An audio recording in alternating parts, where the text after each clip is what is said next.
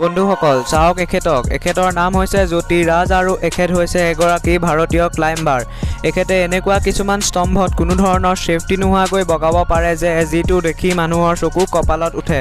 আচলতে বন্ধুসকল এখেতে মানুহক মনোৰঞ্জন কৰিবৰ বাবে এনেবোৰ কাণ্ড কৰিছিল যিবোৰ দেখি বান্দৰেও লাজ পাব। এখেতৰ এই প্ৰতিভাৰ দ্বাৰা মানুহ তেতিয়া পৰিচয় হৈছিল যেতিয়া এখেতে 330 ফুট ওখ এখন দেৱাল কোনো ধৰণৰ সেফটি নোহোৱাকৈ বগাব পাৰিছিল আৰু এই কাৰণে এখেতক দা মংকি মেন বুলিও কয়।